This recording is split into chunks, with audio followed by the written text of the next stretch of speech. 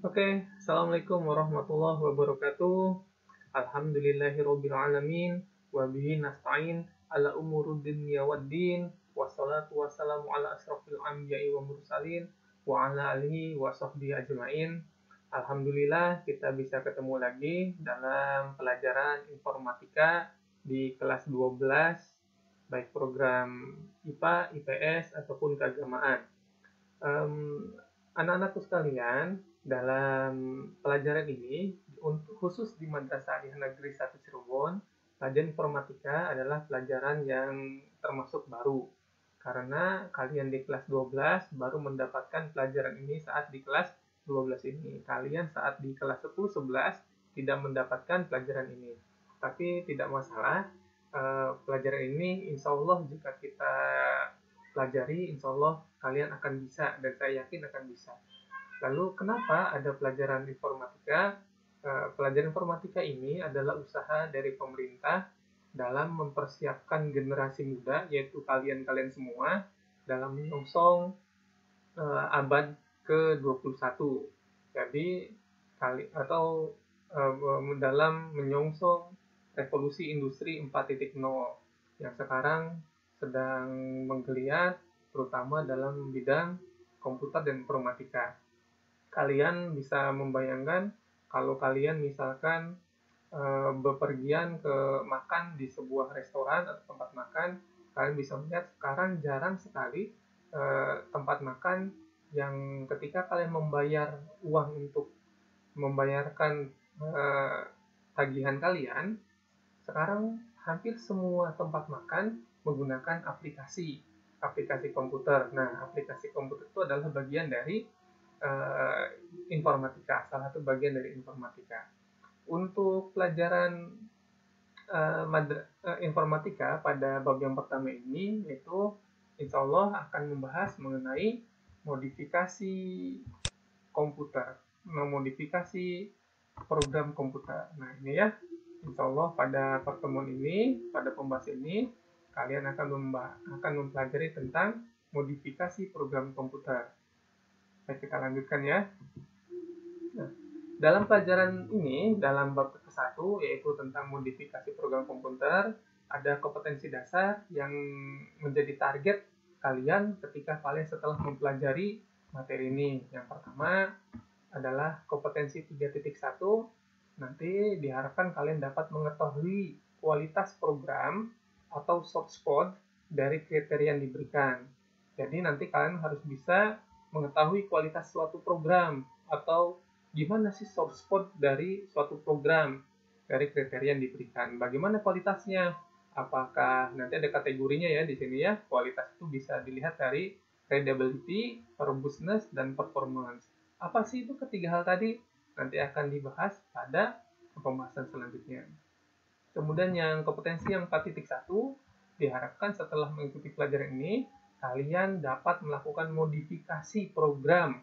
Nah, jadi kalian harus bisa memodifikasi sebuah program tanpa mengubah struktur dan menyebabkan masalah. Jadi jangan hanya ibaratnya bisa menerima membongkar, tidak bisa menerima masang. Nah, kalau ini di sini setelah pembelajaran ini diharapkan kalian bisa memodifikasi sebuah program dan tidak membuat masalah sehingga program tersebut masih bisa dapat beroperasi ataupun digunakan.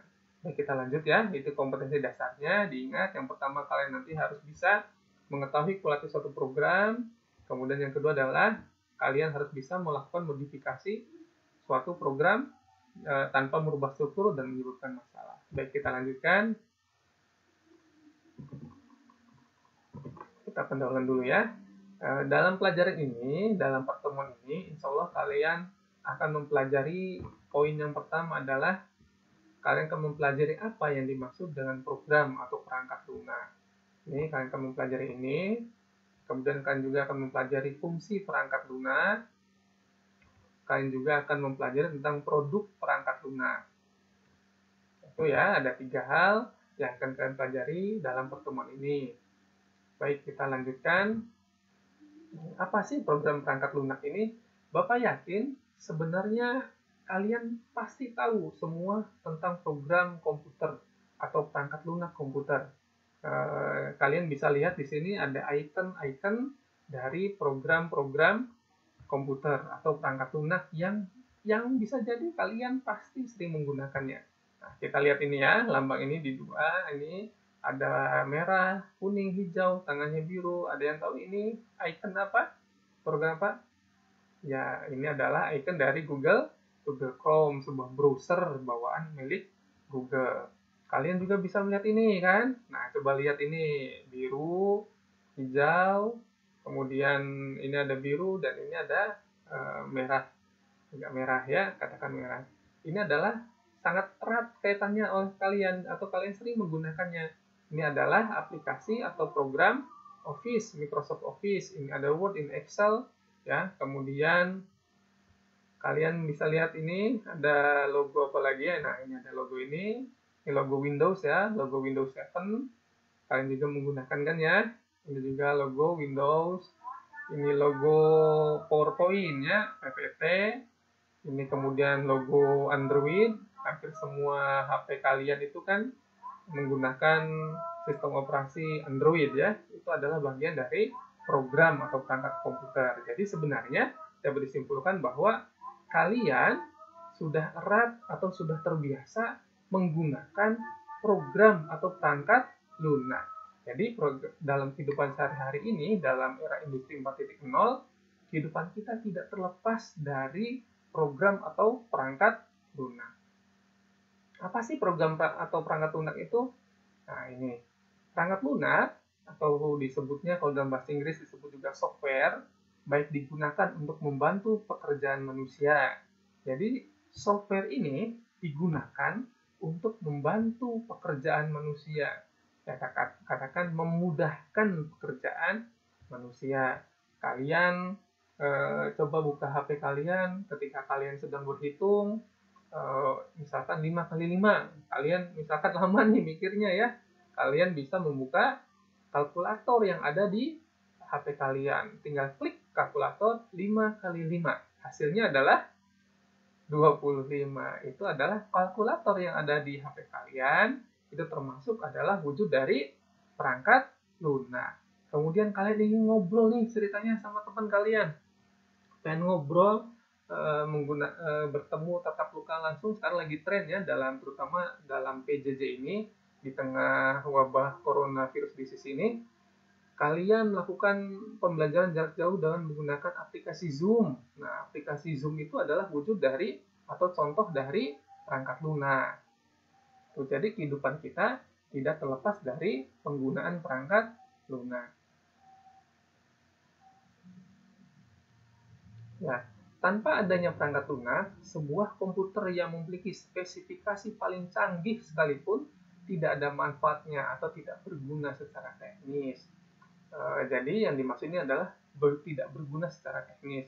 Misalkan kalian membeli sebuah laptop, kalian membeli sebuah HP yang sangat mahal, yang spesifikasinya sangat bagus, RAM-nya sangat bagus, VGA-nya sangat bagus, hard disk-nya sangat besar, kemudian ternyata tidak ada software-nya, tidak ada aplikasinya. Coba bayangkan, kalian punya HP Apple, misalkan Apple yang terbaru, iPhone kan, punya iPhone, yang harganya di atas 20 juta, tapi ternyata tidak ada aplikasi di dalamnya.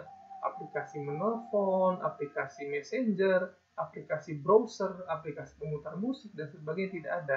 Jadi, apa artinya sebuah perangkat keras atau komputer jika tidak ada software-nya? Jadi, software itu adalah penunjang dari keberadaan sebuah komputer atau perangkat keras. Nah, coba lihat, ini adalah wujud macam-macam dari perangkat keras. Nah, ini kan ya, ada laptop, ada printer, ada CPU, ada ini joystick, ada kamera. Kamera digital ini pun terdapat software di dalamnya. Kemudian di sini ada speaker dan sebagainya. Nah, jadi sebuah perangkat lunak itu sangat dibutuhkan oleh perangkat keras. Jadi sebuah perangkat keras tidak akan berguna jika tidak adanya perangkat lunak. Nah, begitu juga adanya perangkat lunak, jika tidak ada perangkat keras atau hardware, itu juga sangat sia-sia.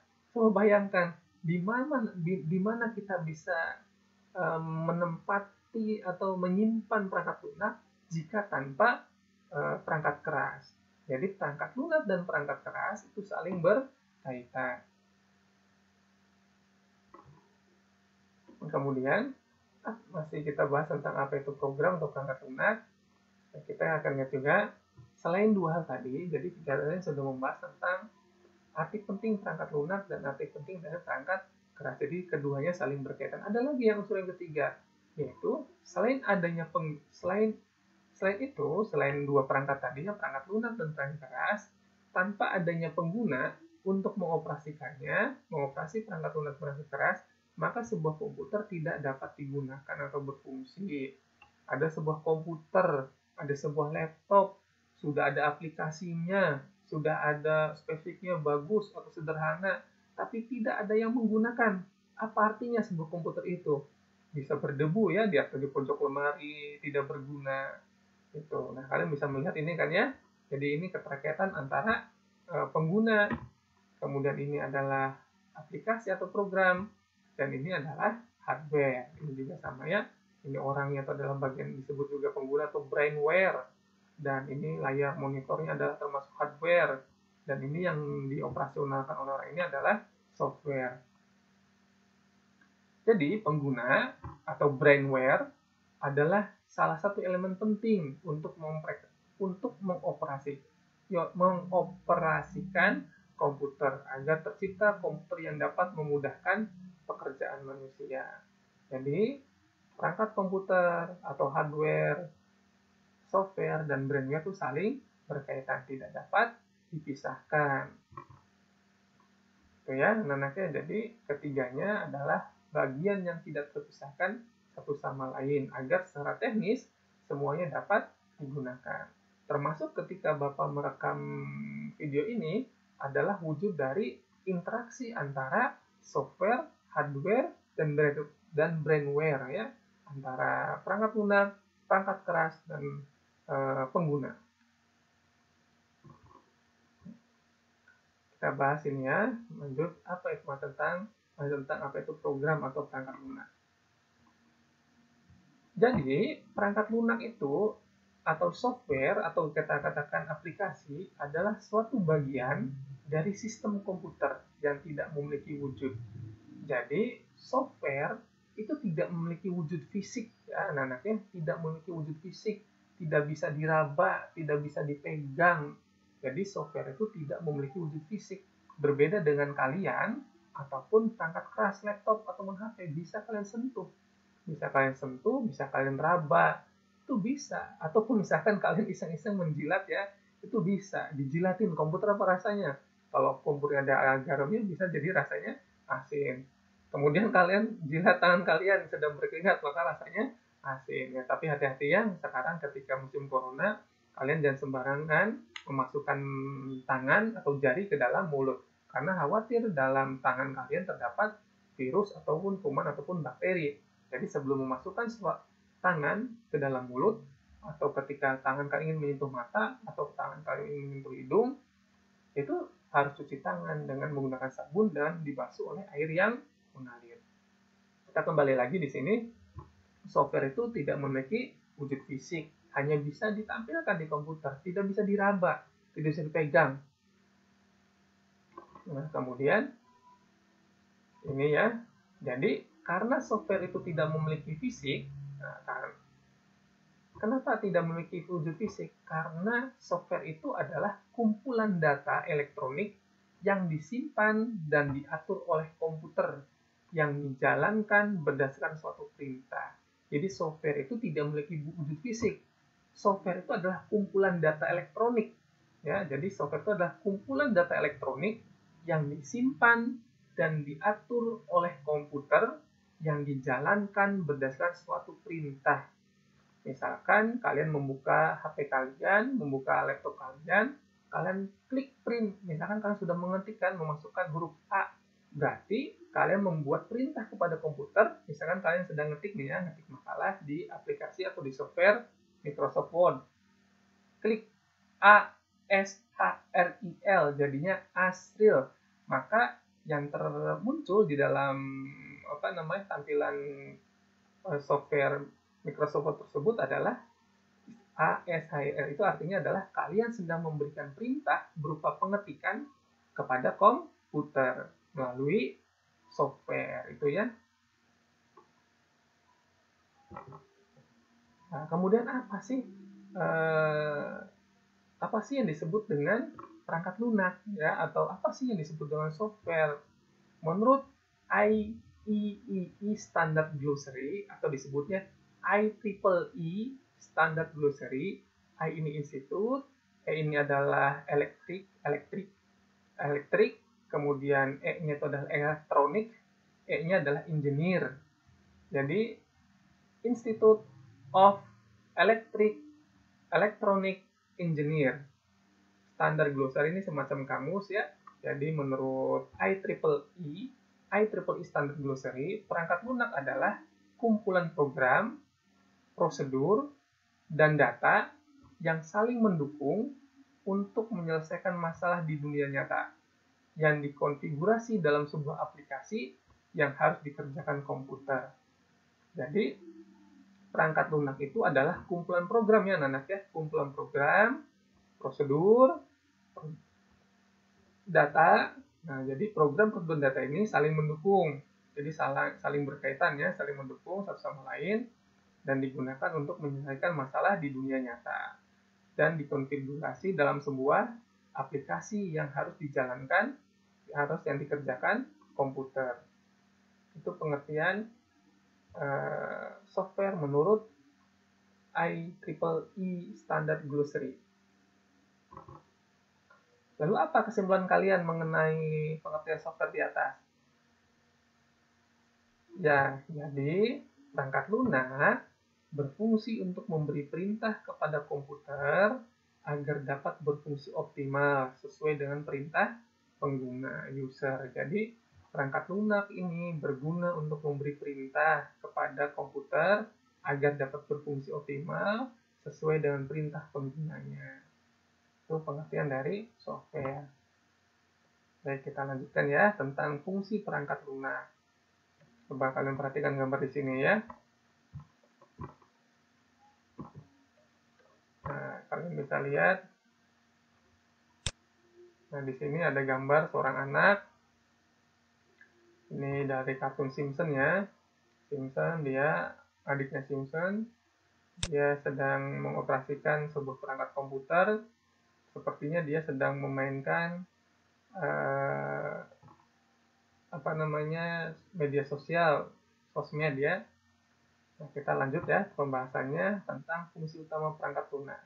Jadi fungsi utama perangkat lunak adalah penghubung antara pengguna dengan perangkat keras sehingga dapat melakukan suatu perintah tertentu. Jadi adanya software itu berguna sebagai perantara. Jadi software itu adalah perantara antara pengguna dengan komputer agar komputer dapat menjalankan fungsinya dengan baik dan akhirnya dapat menyelesaikan masalah pengguna dalam kehidupan nyata. Ada juga fungsi lain nih dalam komputer. Nah, komputer itu memiliki fungsi ini ya. Yang A, software ini memiliki fungsi menyediakan dasar suatu komputer sehingga komputer dapat dioperasikan. Jadi software juga bisa menyediakan dasar suatu komputer. Ada dasar dari komputer itu adalah contohnya sistem operasi. Sistem operasi seperti yang kalian tahu, kalian bisa ada Linux ya, ada Linux, kemudian ada Windows, ada pula Android, itu adalah sistem operasi. Jadi untuk mengoperasikan sebuah komputer, perangkat keras yang utamanya adalah sistem operasi. Menyediakan suatu dasar komputer sehingga komputer dapat dioperasikan. Kemudian perangkat lunak juga memiliki fungsi yaitu mengatur perangkat keras yang ada pada komputer sehingga dapat difungsikan bersamaan. Jadi perangkat keras itu diatur penggunaannya oleh perangkat lunak. Jadi biar beberapa perangkat lunak bisa diatur oleh kegunaannya oleh perangkat lunak. Misalkan kalian ingin mengoptimalkan VGA atau memori yang ada di perangkat keras kalian, maka kemudian bagaimana caranya? Caranya dilakukan dengan menggunakan software agar koordinasi atau keterkaitan antara hardware tersebut bisa dijalankan. Kemudian software juga dapat berguna untuk menghubungkan antara beberapa perangkat lunak lainnya dengan perangkat keras yang ada pada komputer. Jadi perangkat lunak itu bukan hanya menghubungkan satu perangkat keras dan perangkat keras yang lain, tetapi juga bisa menghubungkan suatu perangkat lunak dengan perangkat keras yang lain yang ada di dalam komputer. Jadi di komputer itu ada perangkat keras, ada perangkat lunak, dan semuanya disaling dikaitkan. Kemudian perangkat lunak juga punya fungsi, yaitu menerjemahkan perintah perangkat lunak ke dalam bahasa mesin yang dapat dimengerti oleh perangkat keras. Nanti ada aplikasinya ya, contohnya ya. Jadi perangkat lunak juga dapat berguna untuk menerjemahkan perintah dari perangkat lunak ke dalam bahasa mesin. Kemudian juga perangkat lunak juga memiliki fungsi mengidentifikasi suatu program yang ada di komputer. Nanti kita bisa menemukan nih, ada program apa saja yang ada di komputer, kalian bisa menggunakan perangkat lunak.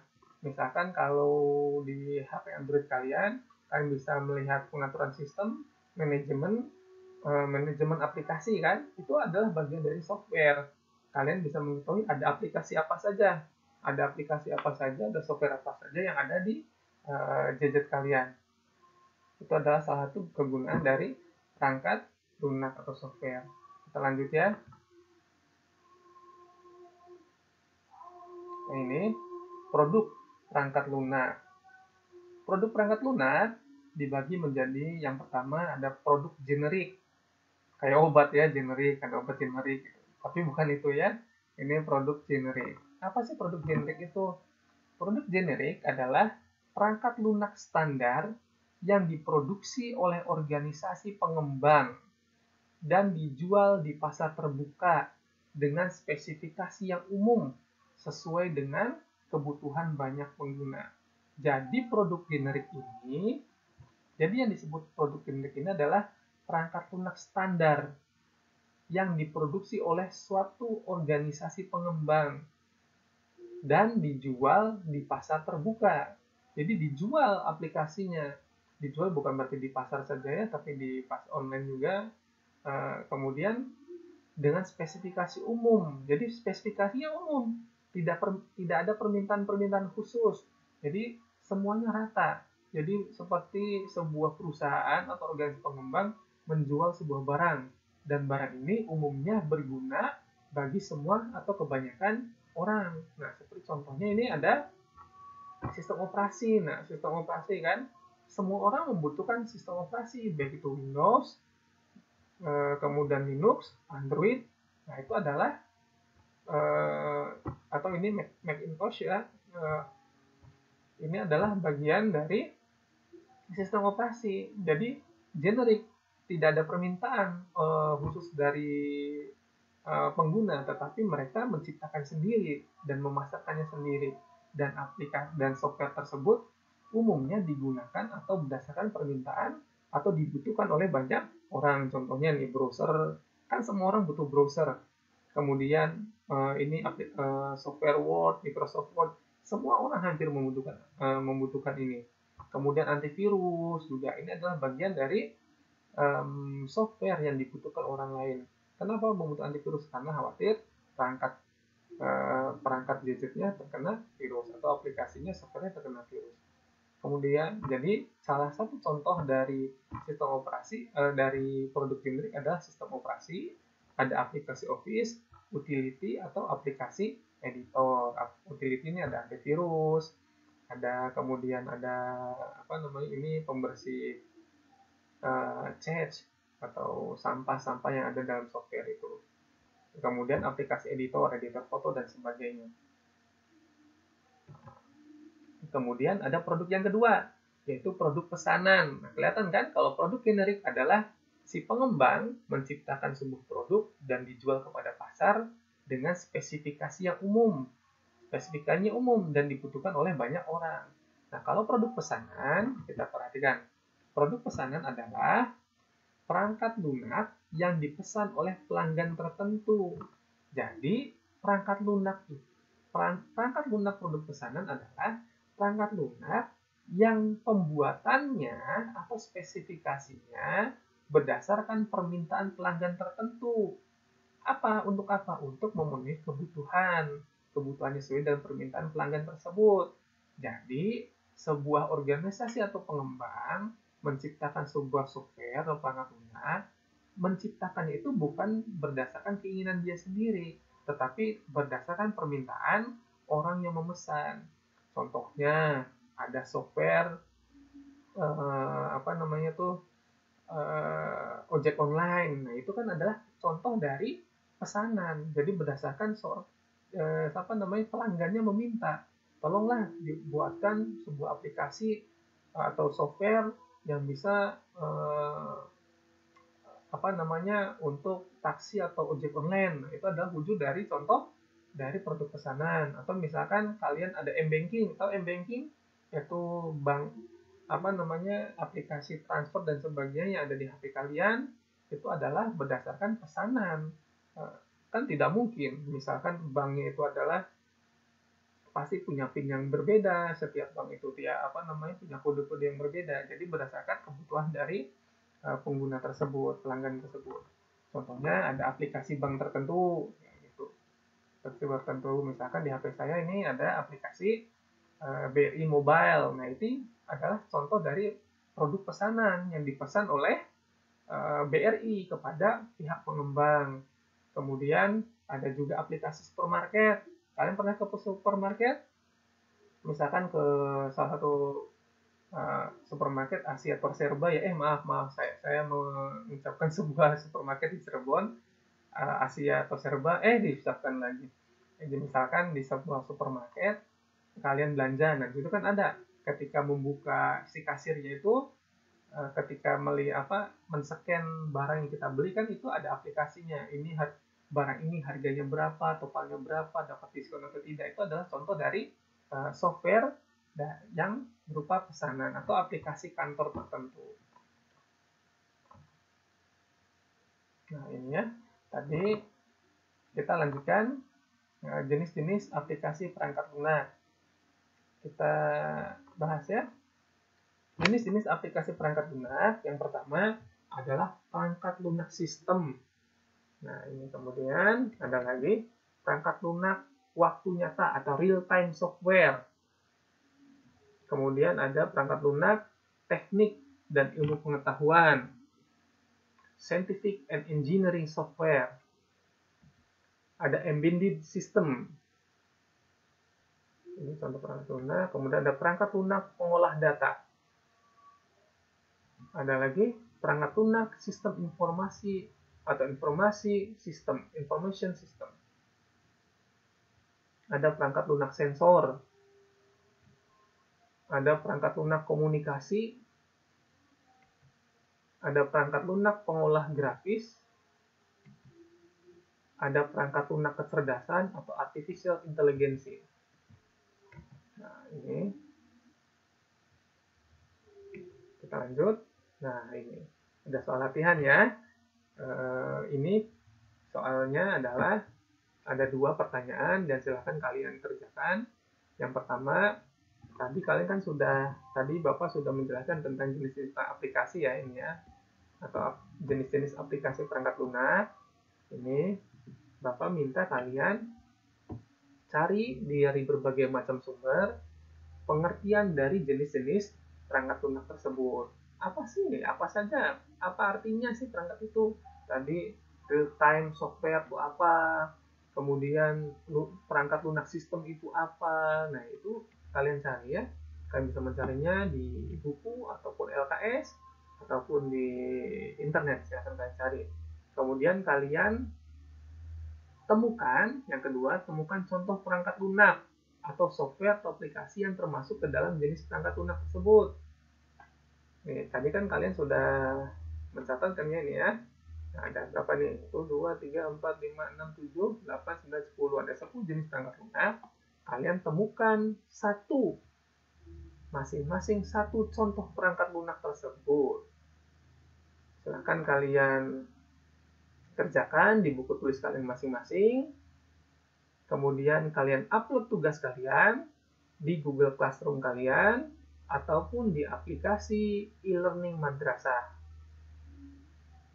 Ya, dikumpulkan 1 pekan kemudian atau minggu depan ya anak-anak ya. Baik, apa saja yang sudah dipelajari hari ini? Kalian hari ini sudah mempelajari tentang jenis-jenis kalian sudah mempelajari tentang perangkat lunak dari pengertian, kemudian dari apa lagi?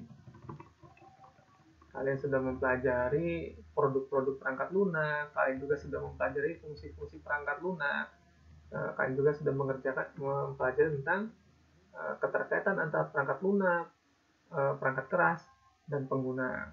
Demikian yang bisa Bapak sampaikan dalam pelajaran informatika pertemuan pertama.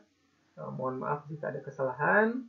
Silahkan kalian mengisi absen atau daftar hadir kalian dalam pertemuan ini dengan berkomentar di kolom komentar YouTube pada channel ini. Mohon maaf barangkali ada yang kesalahan yang Bapak sampaikan. Wallahul muwaffiq ila aqwamit thoriq. Wassalamualaikum warahmatullahi wabarakatuh.